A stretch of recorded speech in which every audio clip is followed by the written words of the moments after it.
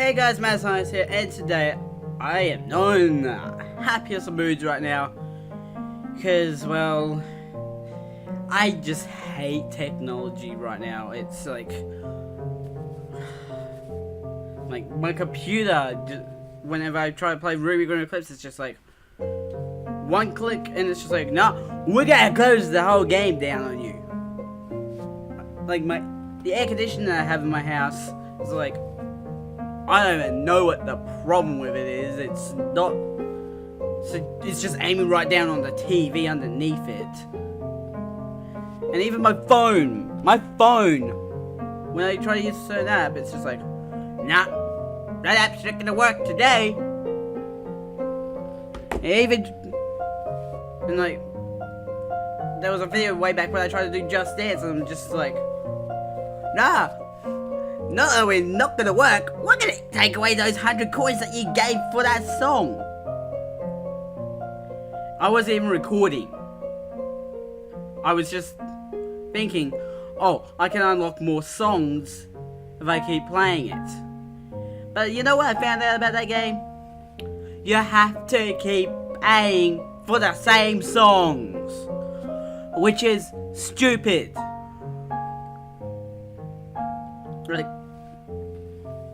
Like seriously, it is dumb that it's like, oh, you have to repay for that one song that you want to do.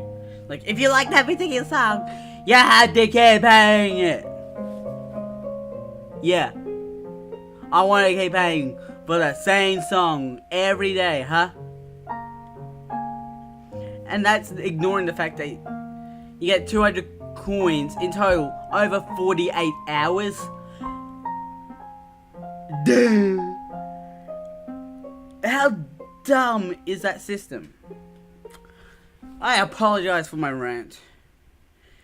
Literally, I just want to see the world burn.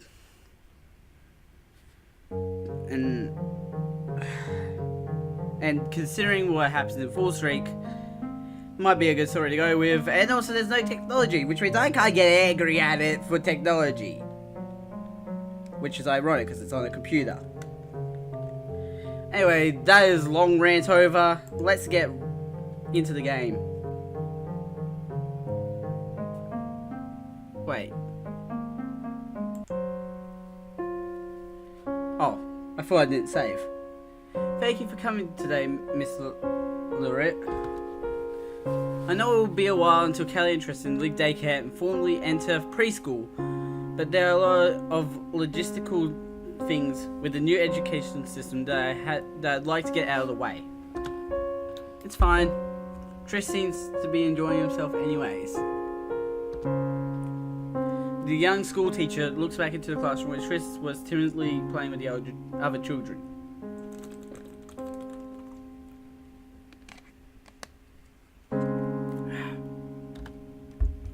Did you bring his sister with you, by the way?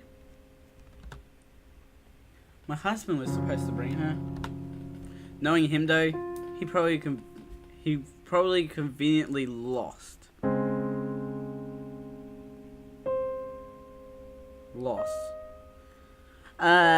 Grammar fail, I guess. I think it was he probably got conveniently lost. He's not very fond of paperwork.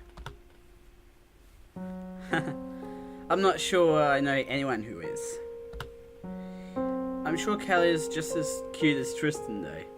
Yeah. I look forward to teaching them.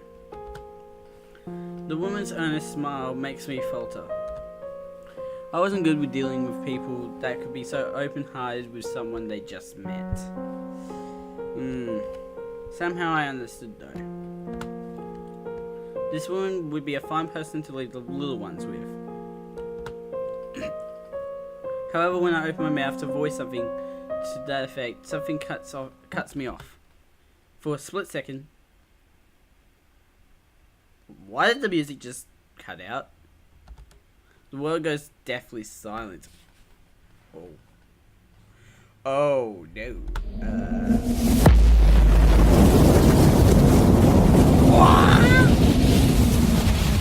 body lurches off balance as the ground below violently shakes. Instinctively stumbling to the side, I brace myself against the wall as strobes of light and shrill whistling fill the air. The rubbing rattles deep into my bones as I attempt to weather the storm. After what seems like an eternity, it slowly tapers off. Heat. The crack of their face. Holy shit! We are literally in the fire collapse right now, people. We are in the fire collapse. I did not expect it to come so quickly. Jeez.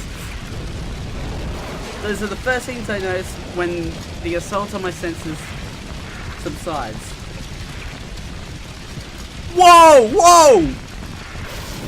Blinking several times, I confirm my vision is still functioning. I got water! I got nothing drinking though, I can't throw it through the computer. Oh my gosh. Pinned to the ground beneath a mountain of flaming debris, the young school teacher groans. There was something odd about the fire. The way it shifted was nauseating. The children. Smoke and panic voices were leaking from the classroom Chris was in. Shaking off my disorientation, I grab the doorknob and try to force it open, but it doesn't budge. Even when I step back and throw my entire body weight against it, I make no headway. The door was too badly mangled. 2 doors down, storeroom. Fountain of blood spills from my mouth. Oh my gosh! There's an axe. The unusual fire had spread onto her legs, but she doesn't seem to notice as the flames etch bizarre patterns into her exposed flesh. Her spine must have been utterly crushed if she couldn't feel it. 2 doors down. Heeding her instructions, I dash in the hallway and barge into the storeroom. In each of the classrooms I pass, a certain type of voice that splattered my past was leaking. It was a type of voice that I was woefully familiar with. That of human anguish. Clamping down on myself, I killed my thoughts. Right now, Trish's safety was my priority. I didn't need to think about anything else. Snatching an emergency axe up from the corner, I raced back to the classroom. Hurry! Even as her own life bleeds away, the trapped woman urges me. Aiming slightly offset to the doorknob, I bring down the axe. The door splits under the impact. I drive my heel into it, causing it to separate from its frame at last. Masking my face with my handkerchief, I lower myself to a crawl and enter the smoking room. Several small corpses were spread along the floor near the door, having perished from asphyxiation. Oh my gosh! Tris, where are you? My muffled shout rings out amidst the din of fire. Braving the searing heat, I push deep into the room, even as the lack of oxygen and smoke pressed down on me. A series of badly audible thuds. I pivot to find a little figure lying on the ground. Tris! Slack was trapped under a wooden beam. Rushing over to him, position the neck of the axe beneath the debris and pry it up so he can pull free. Though he tries to stand, I immediately press a handkerchief to his face and push him low to the ground as I lead him out. Him getting stuck was a stroke of luck. His peers had likely suffocated trying to escape from smoke, while his entrapment forced him to stay immobilized on the way to the ground. Though he was limping slightly, it was minor compared to how he could have ended up. Upon exiting the classroom, I find the injured school teacher looking up at me, eyes focused weakly on me, but it didn't seem like she had the strength to say anything. Down the hallway, a set of crashing rings burn out. The crashing rings out as the burning ceiling begins to collapse. There was no time. She couldn't be saved. The old me would have left her behind without batting an eyelid. But maybe something had changed me over the years. You've done enough. Kneeling before her, I gently ease her eyes shut. Rest now. Aww. A faint smile graces her features as tears squeeze out from beneath her eyelids. The least I could do was end her suffering. God damn it. Without looking back, I raced down the hall with Triss in one arm and the axe in the other. Now covered school teacher's blood from the mercy kill. Oh. I fly down the stairs, only to find the door to the first floor shut. Rather than reach for the doorknob though, I press the back of my hand against the wood. Hot. I instinctively jerk away. This way was no good. Doubling back, I eye a window on the staircase. It was a fair distance off the ground, but it would have to do. Using the knob of the axe to clear away the glass, I wedge the blade into the wood. Then I grip the handle and lean outside. As I do, the head hooks onto the window frame, acting as a fulcrum that swings me back towards the wall. Holding Triss close, I stretch down as far as I can before letting go. Though the maneuver shaves off some of the fall, the force of the drop still causes me to sink to my knees. What is this? Oh my god! What? When I look up, an unbelievable sight greets me. It was though it was midday, the entire sky had darkened over. An unending din of screams and groans fill the air as patches of the unusual fire sweep through town. What's going on? What was this fire that had suddenly descended from the sky? There were questions that would have to wait. Leading Triss to a spot of relative safety, I kneel down and examine his body. His skin was marred in soot, but he didn't appear to be burned anywhere. He had been lucky to escape unscathed. Triss. But while his body was fine, there was still cause for concern. No answer. No response. Silently he stares off into space as tears roll down his face. He'll be alright, Triss. I wipe the tears and ash away with my handkerchief, curing a sash from my person.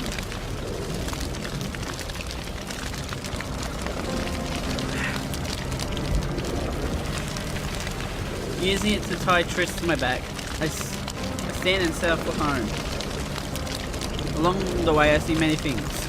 A man cursing as he tossed bucket after bucket into a blazing house. A child crying out for help, unheard, but it marked that it limped aimlessly through the streets. A fire that could not be extinguished. A fire that could not be slowed. At some point it even begins to rain. But the downpour does nothing to stimulate the flames advance. So prevent. A world turned upside down. A people ravished by calamity. It was something I did not want to show Triss. Something I did not wish for him to see. Triss. Though the rain falling from overhead is cold, every now and then I can feel it. The faintly warm raindrop hitting the back of my neck.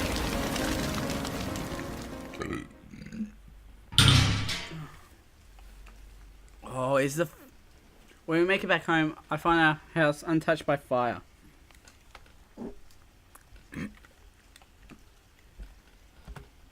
Kalia? Orchard? No answer comes. They didn't seem to be home. Though their safety was a concern, searching for them blindly wouldn't accomplish anything. Staying put was the best course of action. Placing a pot under the faucet, I begin stockpiling water. While the plumbing still seemed functional for now, there was no guarantee that continued to be the case. Just as I began taking inventory, the sound of the door being knocked open erupts from the front of the house. I should have recognized who they were immediately, but their appearance was somehow wrong. Orchard? I rush to his side as he collapses to the ground, and an unmoved Kalia cradled in his arms. His hands were blackened with strange marks from the mysterious flame. While Kalia's hands, I was simply no longer there.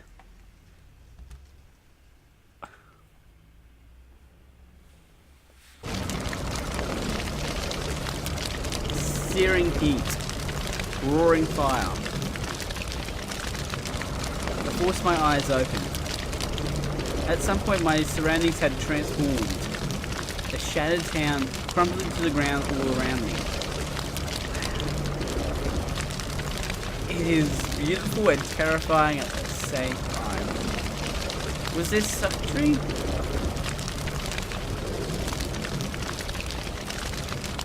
Under a burning sky, a rainbow-colored fire was ravaging the world.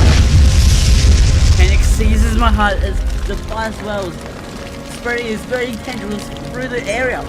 What was that? Daddy? Daddy? A familiar voice calls out. Kalia? She had fallen a short distance away. A giant mass of burning wood and stone was pinning her arms down. No! Kalia! Horrified, I dash over to her.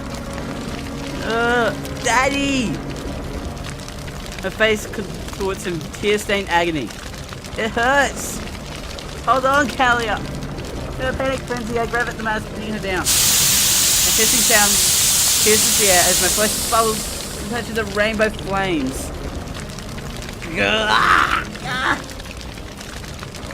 Kalia screams as the twisted mass shifts weight over her pinned arms. It hurts! It hurts! Ah! I push until I can no longer feel my arm, but it doesn't budge an inch. Damn it! Tormented by Kalia's cries, I calm frustration. Before long, my singed arms fall limply to my sides. I drop to my knees. Hit. Dizzy head from the smoke, Kalia's feeble voice barely registers in my murky consciousness. At this rate, Kalia was going to die. No. I won't accept a fate like that. Pull myself together, I scan my surroundings. My eyes dart along the ground, locking onto a single object. A blackened shard of metal with a stool-like edge. I feel my sanity leave me as I grab it and with trembling hands and lift it over Kalia's trapped arms. The heart raging. I feel the air as I press the metal jagged edge into her arm. But I don't stop. Howling and crying like a demon possessed, I saw vigorously, feeding vivid red to the roaring fire. Before long, I kept bone, but we didn't have time to saw through it. Falling straight into my frame, I grab what remains of her arm. I twist and whip up. Oh! Oh boy! Oh! With a sickening snap, the bone break. Ow! No! That's not good! With the heat of encroaching flames, the sound of collapsing buildings, driven by those menacing sensations, I hastily start cutting into her other arm. Kalia stopped screaming at some point. I could tell from her faint, ragged breathing and weakly shut eyes that she was at her limit though. I dropped my water.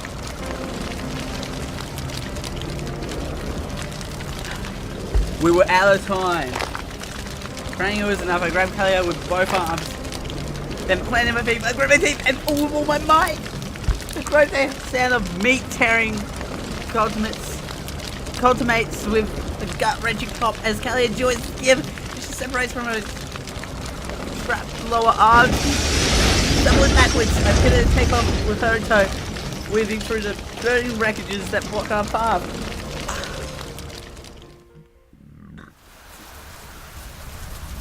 Time and space seem to blur as I run, but eventually make it to a safe location. Oh my gosh. Well, you gotta do what you gotta do to save your kids around here. Whew.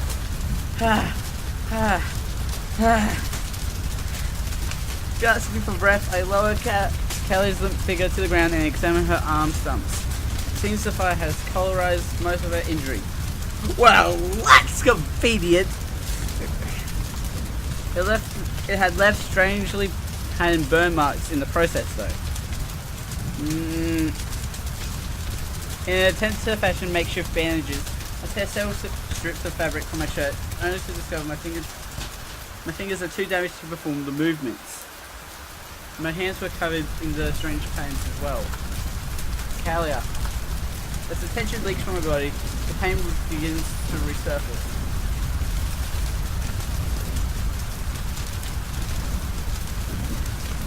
I lift my head to look up at Socrates' burning sky. That's when I notice. All around me, screams and groans were filling the air, creating a din of unending despair. Hey, that rhymes. Why? Why is this happening?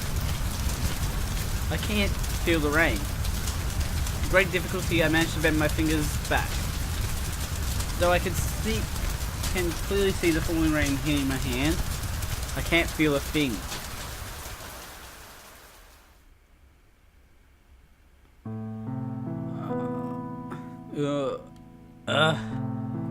One day had passed since I patched up Kalia and Ortune. Between Kalia's amputated arms and the severe burns on Ortune's hands, it wasn't difficult to deduce what had happened. At my side, Triss peeks over to where Kalia is resting. He looks back and forth between Kalia's absent arms and his own intact ones.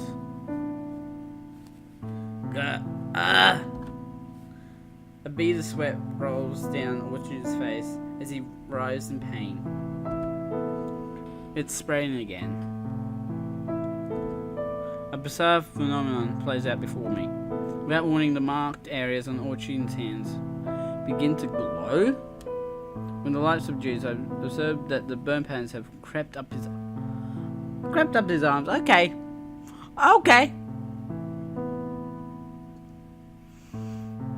So this fire can catch a blaze at any time and continue to burn the person that got burnt by the initial fire. What? The same thing was happening to Kalia's burns as well. It seems the wounds inflicted by the unusual fire were harmful even after their initial infliction. Pardon me. It was like a disease, or curse. I had to find a way to treat it before it did any more damage. Watch over Danny and Kalia, Triss. Food, water, and medical supplies had already been set down in arm's reach of the bed. Don't leave. Don't let anyone in. Retreating into my room, I make preparations to set off. A locked drawer. For years I had only touched it to maintain its contents. My heart beats not.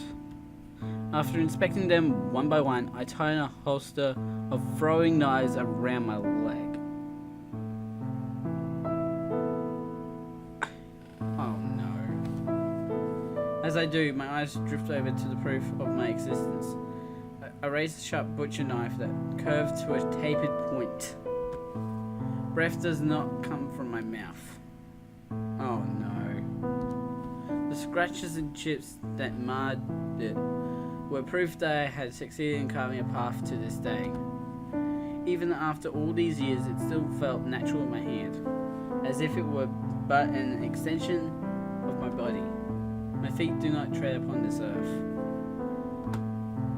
for I am colourless. Oh no, Amenae is going back to her old ways. No! No! The way of steel was one of the only absolute truths in life. Sincere and free of lies, it was that quality of purity that enabled it to spill blood with ease. The past was never something I could escape, was it? Concealing the knife on my person, I lock the door behind me as I leave.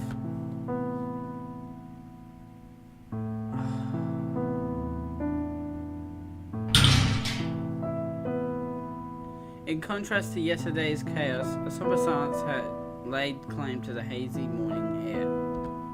The situation had changed since yesterday. At some point, the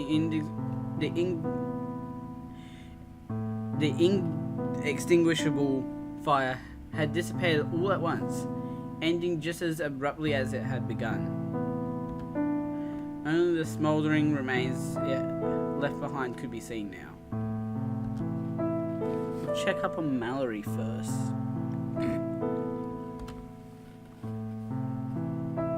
Though it takes longer than usual to get to the Bashir household with all the debris, I arrived without complication. While the house appeared to be untouched, many of their neighbours have been less fortunate. I find Mallory in the streets, kneeling over a victim she seemed to have pulled from the rubble. Mallory. Although I call out to her, she doesn't respond. It was only when I place a hand on her shoulder that she turns to face me. Amy? Glazed hollow eyes that gazed through what they were supposed to focus on. Every person I had passed on the way had looked the same. The fire, Adone, burn mark, Succotrine, Dyer. Where is Adone? Did he survive? I pull her together by giving her something specific to focus on. But Mallory shakes her head. One of his colleagues came by and I don't know what to tell them. I don't know what to tell the children. Adone died. There's no need to tell them now. Worry about that later. How are the children's conditions? They're inside. Alouette hurt her leg, but other than that, she's okay. Lynette and Dyer, though. I'll show you after I finish treating this man. Though her hands are trembling, she doesn't stop bandaging the wounded man before her. It was like a desperate attempt to remain moving, as if she'd collapse under the pressure if she stopped. It was a way of averting one's eyes from reality. Forget it. Give up on him. Oh, don't say that. Really? If you insist on trying to help, conserve your energy for someone who has a chance of making it. A ragged avulsion splitting the femoral, limbs entangled at impossible angles, and copious amounts of blood. It was clear from a glance the man was already at death's door. Mallory hunches over and closes her eyes as her body shivers to a halt. For a moment I worry she'll restart her mindless act. You're right. But then she rises to her feet, determination filling her eyes. Let's head inside. A house painted over with silence. It was not long ago that laughter filled these halls. Guided by Mallory, I make my way to the room the children are in. Upon entering, a pitiful scene greets me. Laid on the bed were Lynette and Dyer, their bodies disheveled and bandaged, their breath short and ragged. At the other end of the room, Alouette was sitting against the wall in a state of stunned silence. Her leg was injured, and she didn't look capable of moving, but fortunately she didn't appear to be burned anywhere. Have you noticed Mallory? Yeah, the burns won't stop spreading. The rainbow fire did this to them. Rainbow fire.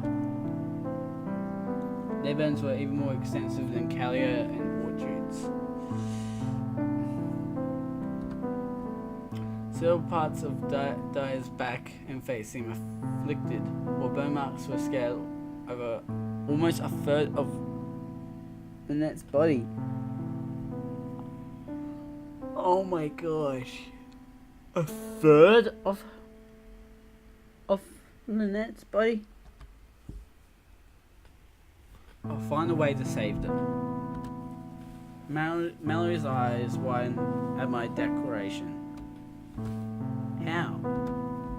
Information is the first thing we need. I'm going to scope out action news. Yeah, some French words. If anyone knows anything about the Rainbow Fire, it's the ULs. Amy, are you sure? I won't fail. Kelly and Orchard are in the same situation after all. That's not what I mean. You're always like this. You always try to bear everything by yourself. It worries me. I just want you to know you have allies. Lean on me. Let me help. No, you shouldn't come. It might turn dangerous and you'll only slow me down. Amy. You can help by stocking up on supplies. I also left Orchard and the twins at home. I don't know how long I'll be gone, so I want you to check up on them. It still looked like she had something to say though. I want you to believe in me, Mallory. Trust me. I clasp her hands. Okay. Just be careful, alright? Promise me you won't do anything too reckless. I promise. The two of us entwine pinkies like in the old days. We'll get through this, okay? Yeah. I'll be off then. As I turn to leave, my eyes catch Alouette standing in the corner of the room. Though she said nothing, her face spoke for itself. It was as if she were lost in a sea of uncertainty. Before I knew it, I found myself drifting over to her. Maybe it's because she reminded me of a certain someone, but somehow I felt a desire not to leave her alone. Alouette. Place her hand on her shoulder. Auntie? The adults are going to be busy from now on. We need you to watch the house and take care of Lynette and Dia while we're gone. It's an important job. Can you do it? She nods back at me, her expression regaining a bit of colour. Alouette, we'll do our best. Giving people a responsibility in crisis forces them to compartmentalize. The feeling that one had some control over the situation, it was an essential illusion. Please make Linny and Dia better.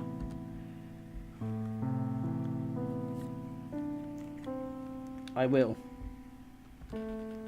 Eyes full of innocent hope. That image burned into my mind. I set off towards my next destination.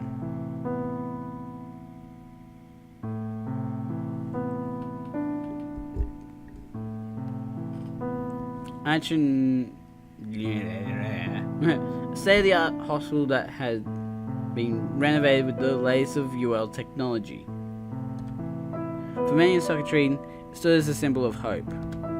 It had served as the forefront of the Lauren's Masters' successful campaign to eradicate the plague after all. As expected, scores of people had already gathered in front of the main entrance. Slowing my pace, I drift through the crowd, catching bits of conversation as I passed by. Heard? Seems they already know a way to treat the burns. Something similar happened back in their homeland, calling it the Fire of Collapse. I know, but why did it just blow out the other day? Of about 20 people entered through the... Come back yet? Apparently a cure already existed. That seemed too convenient to be true though. Heeding my intuition, make several rounds of the perimeter and commit the layout to memory. It seems victims with conventional injuries were being accepted at the side entrances, while only those with deviant burns were being admitted through the main one. Why is security so tight? Squads of the Socotroni Guard were stationed everywhere. Even the surrounding streets were heavily fortified. Considering the dire straits of the rest of Socotrine, it was odd they had mobilized such manpower here. As I finish a rotation around the complex, I overhear a commotion at the main entrance. Why can't I go in? My little boy is in there. We've already made this clear to you. Entry is prohibited to all but patients and medical personnel. Please, I just want to know if he's doing alright. Wait, is that them? Look, they're coming out. The crowd stirs as a column of people emerges from the hospital. All of them were scarred with the etchings unique to the rainbow fire. However, the burns look different, don't they? They're really cured. Something wasn't right though. Of the 20 that had supposedly gone in, only around half had returned. What do you mean? Can't you just cure him like the rest? The mother from before was shouting frantically at a doctor accompanying the treated patients. Please understand, your son's injuries are very intensive in comparison. He is in critical condition, and as such we need to continue monitoring. Why won't you listen to me? He's such a skittish boy. Waking up in a place he doesn't know, surrounded by strangers, he'll be so scared. That's why I need to be there for him. I'm sorry, ma'am. Why are you apologizing? Just let me in. Let me see him. The mother pushes past the doctor and tries to enter the hospital, only to be held back by the officer from before. Stop right there. Let me go. My son is in there. Gah! The officer clutches at his wrist as the woman flails wildly under his grasp. She bit me! Unsheathing his sword, he slams his hilt against the woman's head and drives her to the ground. But even then, she doesn't stop trying to enter. How many times do I have to tell you before you get it through your head? You can't go in. Enraged, the officer begins to kick and stomp the crawling woman mercilessly. Let me see him! Let me see him! The woman breaks into sobs as she tries to shield herself from the crushing blows. No! Shut up! Shut up! Man. This guy to me has something common. I get very easily annoyed. The officer brings his foot down hard, silencing her as she tries to pull out a name. Stop it! With an angry growl, the officer's partner grabs him by the collar and shoves him away. But the woman had already been rendered motionless in the dirt. What the hell do you think you're doing? I can't stand people like her. They act like they're the only one hurting in the world. It makes me sick. Turning his back to the woman, the officer spits into the dirt. You can't take it out on the people. Many of them are going through the same thing, you know. Take a break and cool off. I'll get someone to cover. Doctor, can we get her stretcher and take her through the side entrance? Yes, I'll get someone on it right away. Hey, at least she gets to go in. Far out, though. Meanwhile, palpable tension had built up in the onlooking crowd. How could he do that to her? Are they hiding something? Why can't we go in? The guards on post tighten their formation as they bear the brunt of the crowd's resentment. Attention all victims suffering deviant burns from the fire of collapse. Please line up in an orderly fashion. Stretchers will be provided for the incapacitated, aka that woman. For the remainder of the day, I continue to observe the hospital's activities. However, the same trend only continues to persist. 30 people would enter, but only 14 would exit. 40 would go in, but only 20 would return. Like clockwork, the cycle repeats again and again. Again and again. So it's come to this. Entrusting Kelly and Orchard's lives to odds that I didn't understand was unthinkable. There was nothing else I could discern from outside though. If I wanted to learn more, I would have to infiltrate the building. Oh, are we gonna go Assassin's Creed on us? Gonna go Assassin's Creed? Kelly and Orchard were getting worse by the day. Orchard's burn spread had already extended up his forearms, and Kelly wasn't faring much better. The reality weighs down on me as I make preparations to infiltrate the hospital. After smearing a layer across my left arm, I wrap it up in bandages. Having observed their system several times already, I had determined that only a basic preliminary check was given at the entrance. Though they probably look more intensively later, I'll already be inside by then. Upon completing my masquerade, I line up in the next wave of patients. When it comes to my turn to be inspected though, the doctor seems a bit worried. Did that hurt? He asks after poke by Fallstreak. I didn't feel anything. Quickly thinking, I answer in a way that seems unintuitive. Are you sure you touched me? Go on ahead. Hey, Amenae with the acting skills to fool the dumbest of doctors, apparently. The doctor nods before turning his attention to the next patient. Areas marked by the rainbow fire seem to lose all feeling after all. Ah, bit of logic there.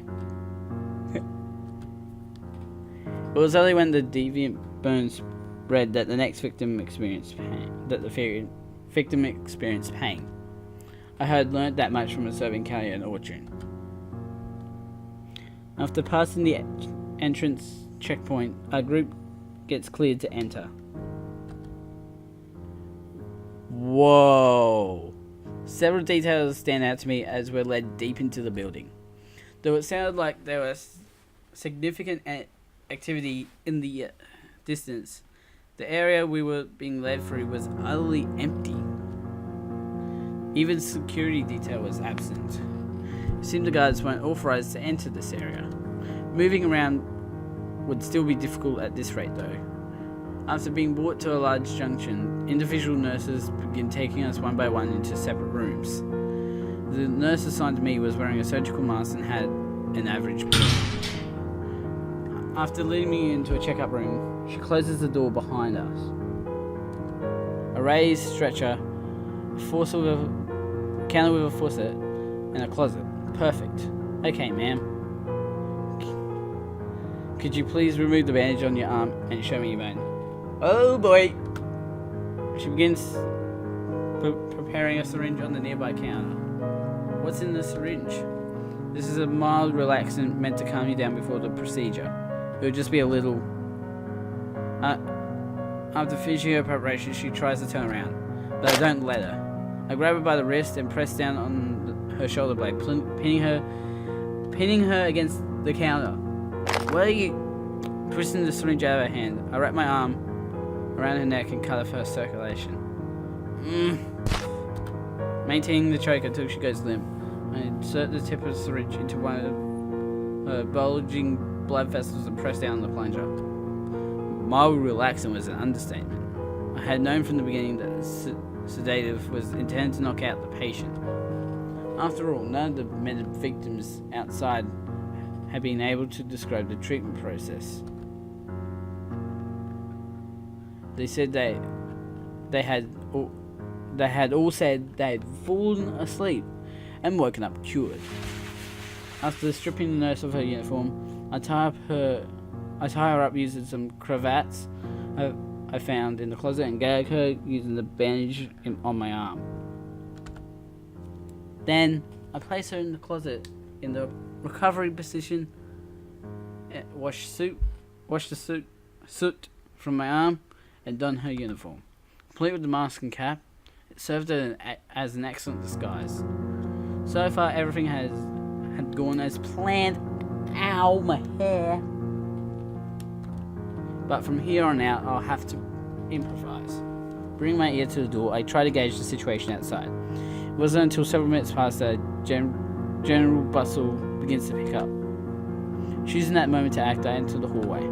Upon exiting, I find myself amidst a stream of nurses carrying stretchers of the deviant burn victims. In addition to being rendered unconscious, the patients have been stripped naked, exposing their injuries to plain view.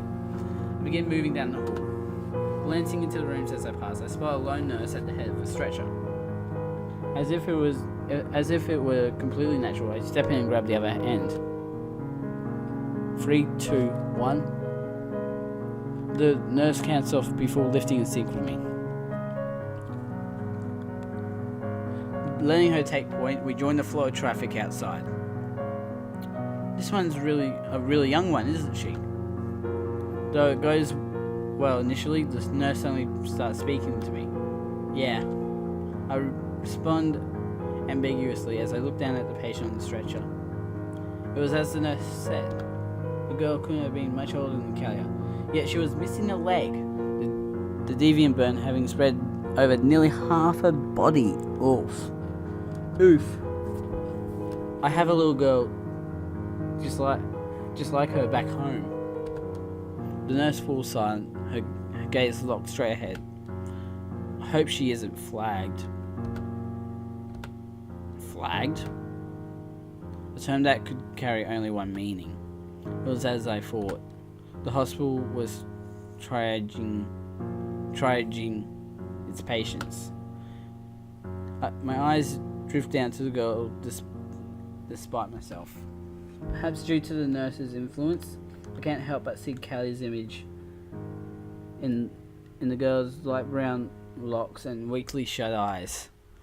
Everyone makes the same face when they're struggling to hold on to life with all they have. Though I want to avert my eyes, for some reason I feel compelled to look. After rounding several corners, we enter a large open area where we're directed to lay stretchers down in a grid-like orientation. Take my place among the line of nurses gathering on one end of the room. I watch on as a pair of important-looking people enter the area. You certain there's no other way, Director? There's no doubt. It's identical to the 12th calamity that ravaged our homeland. The 12th calamity? A silver-haired woman with air authority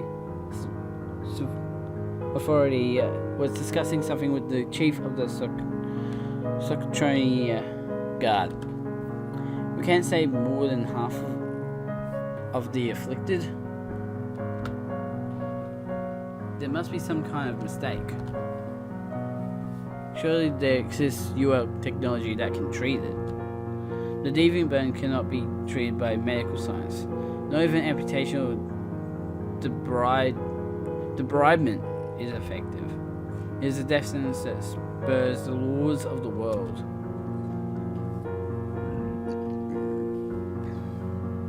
That we are even able to save half is a fortune our homeland never knew. Before we established this method, the case fatality rate was 100%. I see. I understand now why you are so quick to take the initiative. A clipboard toting assistant runs up to the duo. Continue as planned. The subordinate nods and dispatches a group of doctors to inspect the patients lying on the ground. One by one, the doctors examine the patients before attaching color tags to their stretcher. Black, red. Black, black, red. There remains a problem though.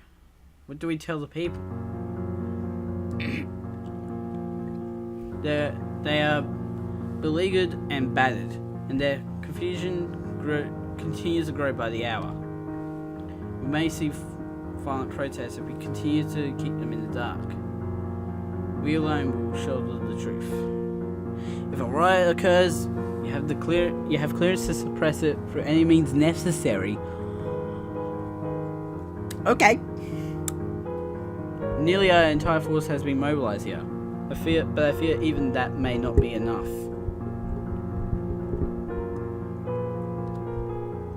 There's no need for alarm. It is a last resort, since they are poorly suited for non-lethal mass suppression, but the lost children are stationed here as well. They are currently carrying out patient acquisition operations at the moment.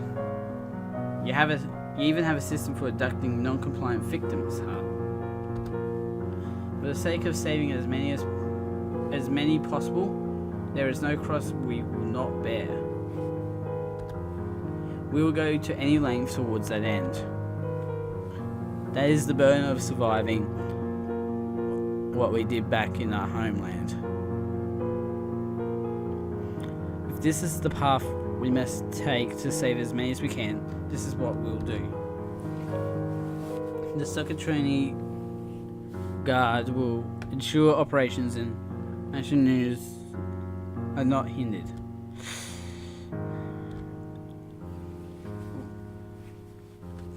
Wounded people scattered by the upheaval of sudden calamity. When forced to confront the reality of their helplessness, they will search for release. Something, anything that gives them a means to resist their powerlessness. It is a fire that cannot be doused. Should it be forbidden from challenging the source of its frustration, its flames will simply aggress in another direction and consume something else. You can't mean a scapegoat. It happened often back in our homeland. If a scapegoat is created, do not try to save them.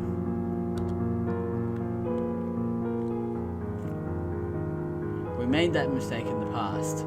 It is not something that bears repeating in Socratrine. Let them have their scapegoat. This is how deep the pus runs in the people's hearts. Ugh.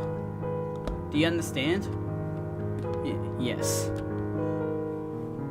Having finished her business with him, the director proceeds deeper into the building. Haven't we had enough sacrifices already? Hunching over wearily, the chief departs from the room. Before long, the doctors finish their examinations and the head nurse signals us forward. I find myself gravitating towards my previous patient, where I find the same nurse from before. Lifting the stretcher up, I begin following a stream of nurses, only to stop short from my partner's resistance. Black doesn't go this way. Letting her take point, we join a different procession of nurses heading deeper in. The ones with missing limbs are flagged off. No. Huh. Even I knew that. Even though I knew that.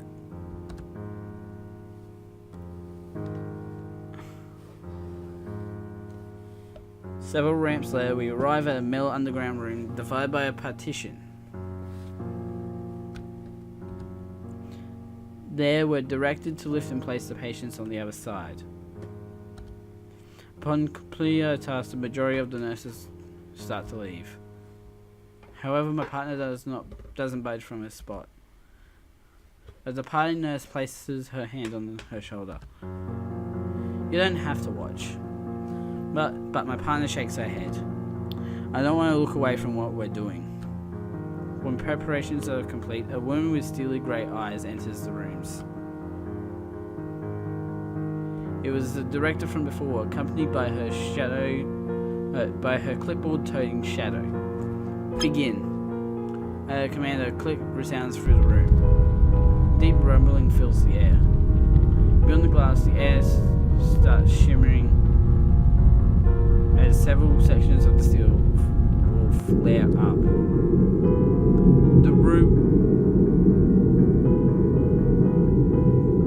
The room was heating up. Did they intend to cook the patients alive?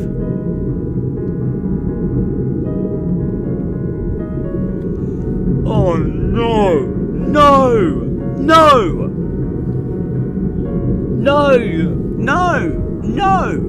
No! No! No! No! No! No! No! No! No!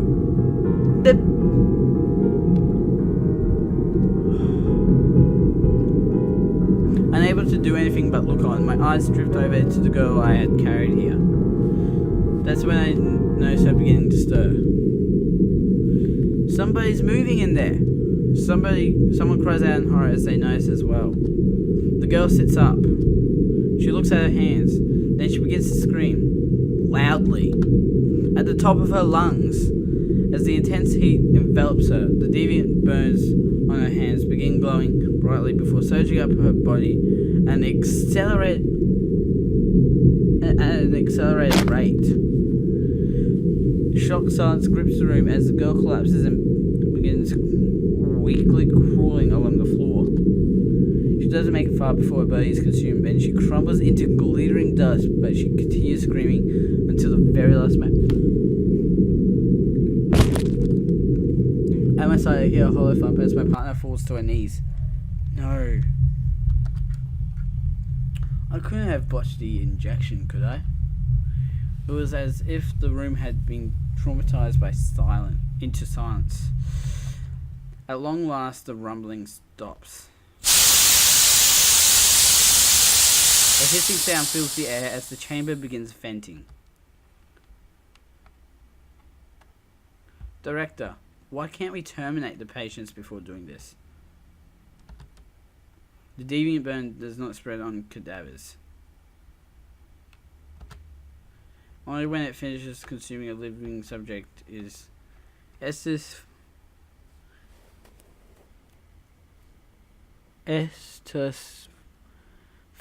vitae produced. I can't do this anymore. Please, no more. We are already short of staff. Even with everyone working around the clock, there are so many that are lost due to a sheer lack of manpower. You know this already. This is the burden those in this post must bear. From now on, ensure you follow protocol and adjust the dosage properly for pediatric patients.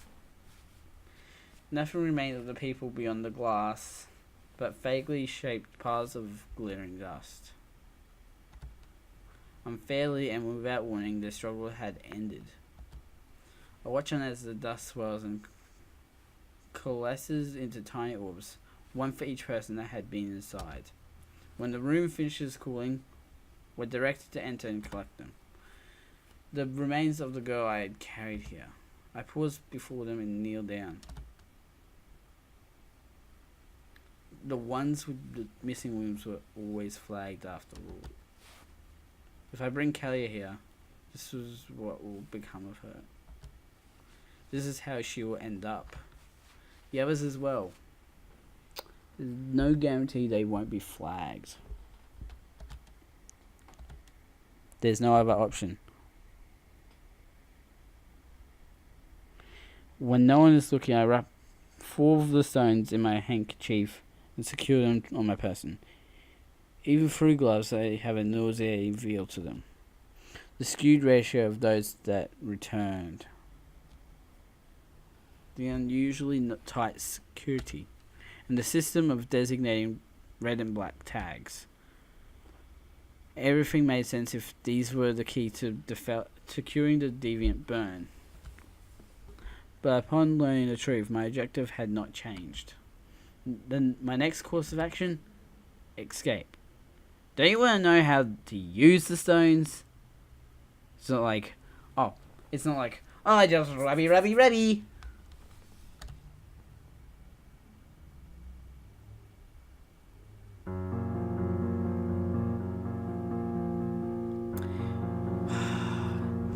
I keep my eyes straight ahead as I traverse the halls of Socrates'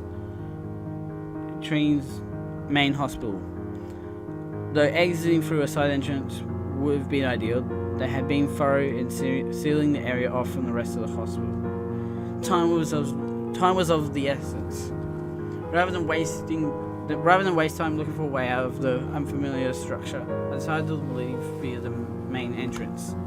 Kalia, Orchard, Lynette, Diamond.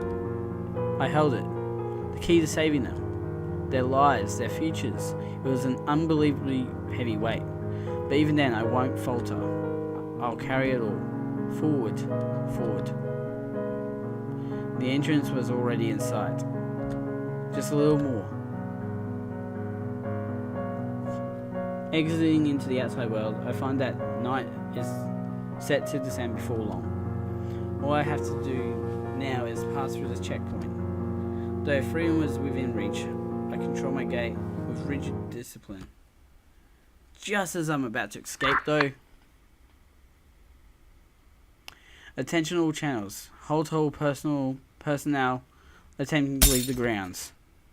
A reverting voice breaks the glass lock on my heart. Use of force is authorized. I stop in place. The world felt like it had gone deathly still. Hey you, stop right there. A fragile balance. Without hesitation as he reaches out, I snatch his hand and dip, twisting his wrist back in one fluid motion. Shatter that balance. My steel flickers across his eyes as I bring him to his knees, blinding him. Gah! The streamers of blood chase after me as I dash off, bobbing and weaving through the crowd of onlookers. Get her! Get out of the way! Screams and shrieks pierce the air as the guard detachment mobilizes to give chase. Having committed to the layout of the area to memory, I knew that the closest array of alleys was to my right. Once I break through the throng, I make a beeline for it. As I pass through the mouth of an alley, my ears catch an order being issued from behind. East perimeter come in. Suspect is heading in your direction through the alleys. They're wearing a nurse uniform and are armed and hostile. Intercept them. After making several turns through the convoluted alley system at full speed, I cut down on my momentum and hone my hearing. The sound of pounding footsteps. Positioning myself around the next corner, I went into my target is on the verge of passing before leaping from the shadows with a high angle feint. Caught off guard, he lifts his sword over his head to try and parry the fox attack. But before our blades make contact, I drop down and close in, pressing his elbow up to prevent him from bringing his blade to bear. Tracing a tight arc through his gullet, I plunge past him and start running in the direction he had come from. However, I find their coverage be tighter than expected. I was getting boxed in. Eyeing a door at the end of the alley, I rattle it only to find it locked. It appeared to be an old spring-loaded mechanism without a bolt. Slipping my knife into the door slit, I pry the jab janitor plate as far away from the frame as it will go. Then wedging a throwing knife into the keyhole, I yank around in an attempt to cause as much damage as possible. When I hear a telltale clatter, I draw back and kick at the area next to the doorknob as hard as I can. The door swings open as the wood gives in and the lock falls apart. Footsteps on my six. Someone was almost right on top of me. Leaping inside, I grab the door and swing it backwards with all my might. Rather than flee further in though, I stand my ground. The moment the door swings open from my target's barren figure, I whip out a throwing knife at his face. Gah! My target stumbles as the knife sinks into his eye socket. Oh! What a shot! Before he hits the ground, I step in and around his swords, my blade flashing through his carotid, trailing away to the sound of arterial spray is pressed deeper into the visibly abandoned house. Beyond one of the windows was an open area. I sat the rusty fastenings and open and dive outside as the sound of pounding footsteps echo through the building. As I roll back onto my feet, I retrieve a throwing knife and hurl it at the window as my pursuers try to follow. A cry of pain rings out as their lead doubles over, temporarily blocking the exit point. Two throwing knives left. Locating a series of alleys leading away from the open area, I take off with due haste. Escape was imminent at this rate. I had scoped this area out thoroughly beforehand. However, several turns later, I come to a crushing halt. I had forgotten to take something into account. A wall of rubble that must have fallen from the surrounding unstable buildings was blocking my path to freedom. Though I tried to double back, I found myself cornered. It was an area in the process of clearing away debris, so there were a few escape points. In that case, I'll have to fight. 3 enemies. Careful, she's dangerous. The guards raised their swords as they fan out to encircle me. Acting before they can completely surround me, I launched myself at one of the guards on my flank. Watch out! However, it was only a feint. At the sound of footsteps behind me, I twist and whip a throwing knife at the second guard as he rushes forward to cover his commadre. The knife lances into his arm, causing his sword to fly out forward. Reversing my momentum, I snatch the sword out of the air and sink it into his own neck as I drop back. I crash and spin away as the third guard slashes a wide arc at my head. Anticipating a miss on my hind side, I slightly kick off the wall before me, crossing my opponent up as he lunges forward. As I do, I hurl my final throwing knife into the back of his knee, crippling him as I roll onto my feet. On my right, detecting an oncoming attack from the first guard, I twist to try to parry. However, the angle is off and I end up being thrown off balance by the overpowering strike. In that split second, I knew I couldn't evade the next attack. Resolving to take the blow, I lunge forward in a desperate counterattack, gouging into my opponent's throat as the base of his blade cleaves into my flank. Crushing pain spikes through my body as I pull free and stagger away. I only managed several steps before collapsing, though. Damn you! As the last remaining guard limps over to me and raises a sword, a final desperate surge of energy grips my body. I deny it. Gripping my knife by the blunt of the blade, I muster all my remaining strength and whip it skyward. A cacophony of sound fills the air as the pulley system lifting rubble overhead gives. Though my target senses the debris plunging towards him, due to his injured leg, he is unable to avoid being haplessly crushed. Having dove away to avoid the carnage, I pull myself through the dust until I reach a wall. Using it to support my body, I force myself to my feet despite the searing pain. I need to get away from here.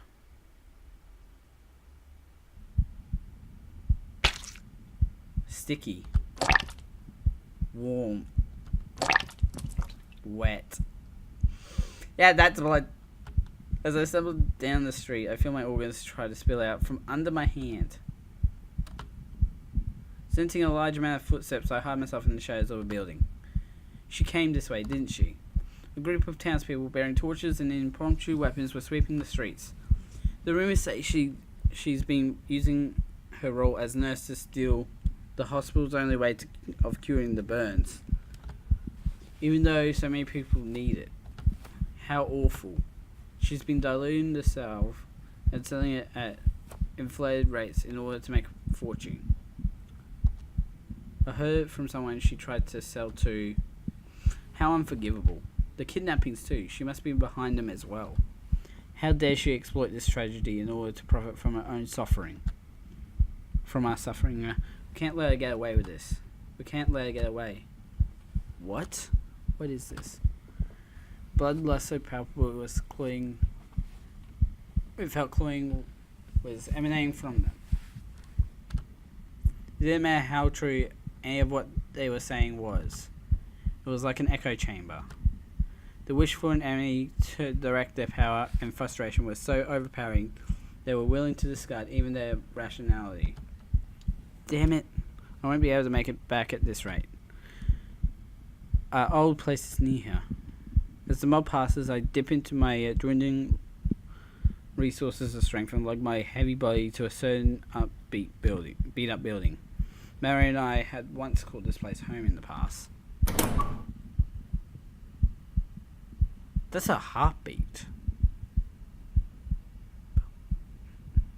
I need to regain my strength and think of something. Nudging the door closed behind me, I tumbled to the ground as the pain's intensity overtakes me.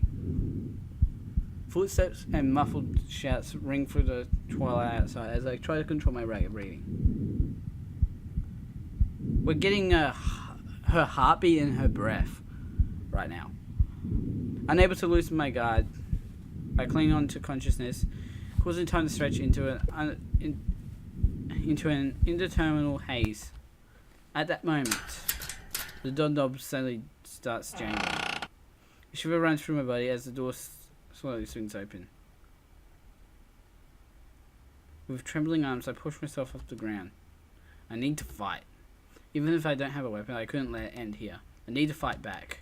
Summoning the last of my depleted strength, I lash out desperately at the dark figure looming over me. However, my hand only brushes weakly against them. Amy? Is that you? Amy! This familiar voice. Mallory? Why was she here? What happened? Who did this to you? She cried out in a hushed voice as she brings her face close to me. I messed up. The tension leaks from my body as I collapse to the ground. So do your intestines. Pulling bandages and gauze from my bag, Mallory begins stripping me and applying first aid.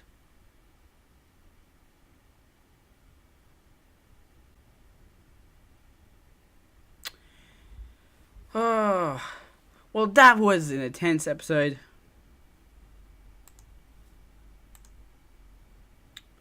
But I'm going to leave the episode here for today. Links to my YouTube page and my Twitter page will be down below, along with a link to Amenae. Also, I'll be putting the links to the playlist down below as well. Oh my gosh. Don't forget to subscribe, hit the notification bell so you know when the next video comes out, and leave a like on the video if you love this game. It's a really good game. Anyway, I'm the Mad Scientist. Mad Scientist out.